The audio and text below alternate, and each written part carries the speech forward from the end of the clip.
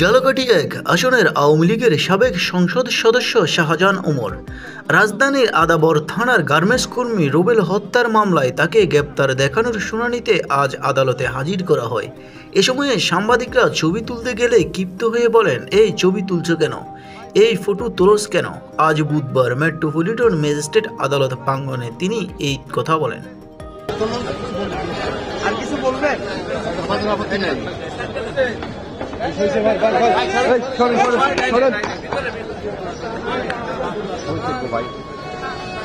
এটার সঙ্গে জড়িত নয় এবং সে নিরপরাধ এবং তাকে আদালতের সম্পূর্ণ এখতিয়ার।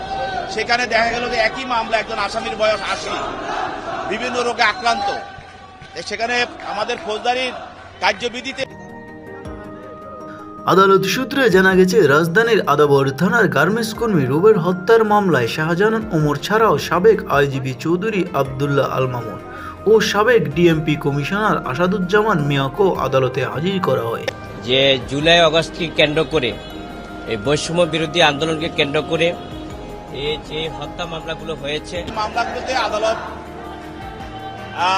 বিবেচনা করে জামিন দেওয়া হচ্ছে। এখানে গড়পড়তা জামিন দেওয়া হচ্ছে না।